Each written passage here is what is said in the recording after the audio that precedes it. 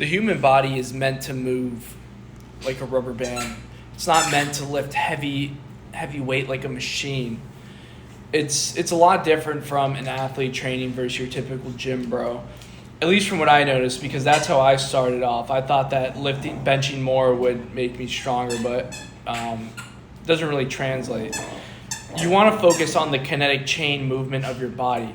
Your body has to move all in one and in sync to generate the most force and torque possible, from what I noticed. When I started training, I've been focusing on that more because it's more functional and it translates to more power when you throw a punch or a kick. Not trying to squat the most weight. Yes, it is good to possess that strength, but you should train it in the correct way, from what I noticed. My training style is completely different. It's more focused on longevity and the body functioning like it should be, because you're going to get injured if you just focus on your typical gym bro, lift as much weight as possible. It's not meant to go long term. Like, your body's going to break down over time. It just doesn't make any sense. You know, these guys are just going crazy and just being obnoxious. But from what I noticed, 2.5 years into my MMA training journey, I realized that everything has a purpose for every movement, and you don't want to be all stiff and slow and injury prone, because that's what's going to happen. It's going to shorten your career. It's not smart. Everything should be based around your body and your functionality to make sure your joints are as filled with lubricated as possible. Now, you don't want to have achy, stiff joints that you can't move without an injury prone to happen, or it's going to happen. It's desired, because of your function, the way you train. And what I notice is that your coach is always right. You always need to listen to them. You're wrong. You're the least experienced out of the both of you, and he knows what he's talking about. I try to take matters in my own hand.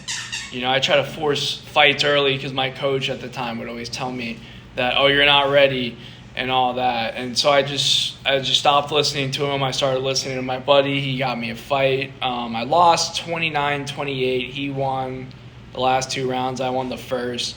And the kid's 8-1 right now. He's actually a kickboxing 155 champion for the state.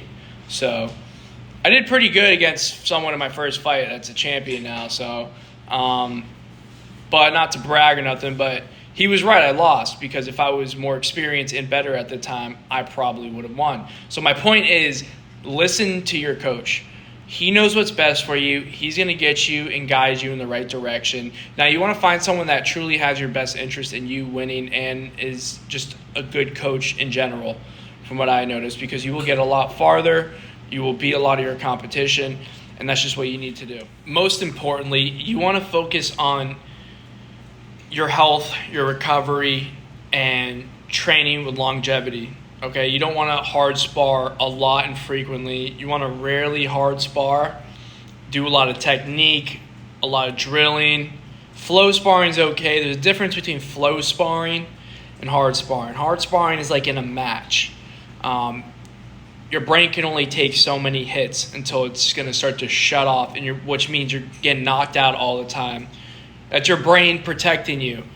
That's your brain saying, hey, you're going to die, so I need to shut off. And it takes some of your IQ with it over a period of time.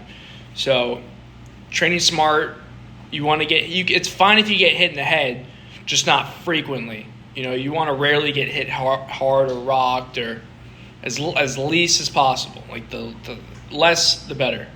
Less is more with that.